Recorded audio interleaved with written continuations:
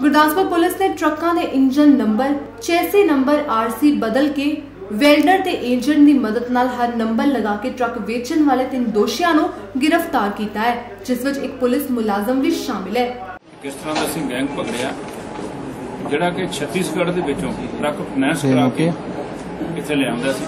तो दलजीत सिंह नाम का व्यक्ति जिन्हें छत्तीसगढ़ के विचों 12-13 ट्रक जिहड़े इन्हें फाइनेंस कराया सी, उत्ते इन्हें किश्त इन्हां दी भरी, अगे किश्तां नहीं भरियां तो फाइनेंस कंपनी ने 8 ट्रक उहदे तों उत्थे बरामद कर लए ते 5 ट्रक इधर पंजाब दे विच लए। गुरदासपुर तो रशपाल बिट्टू की रिपोर्ट, चैनल 2।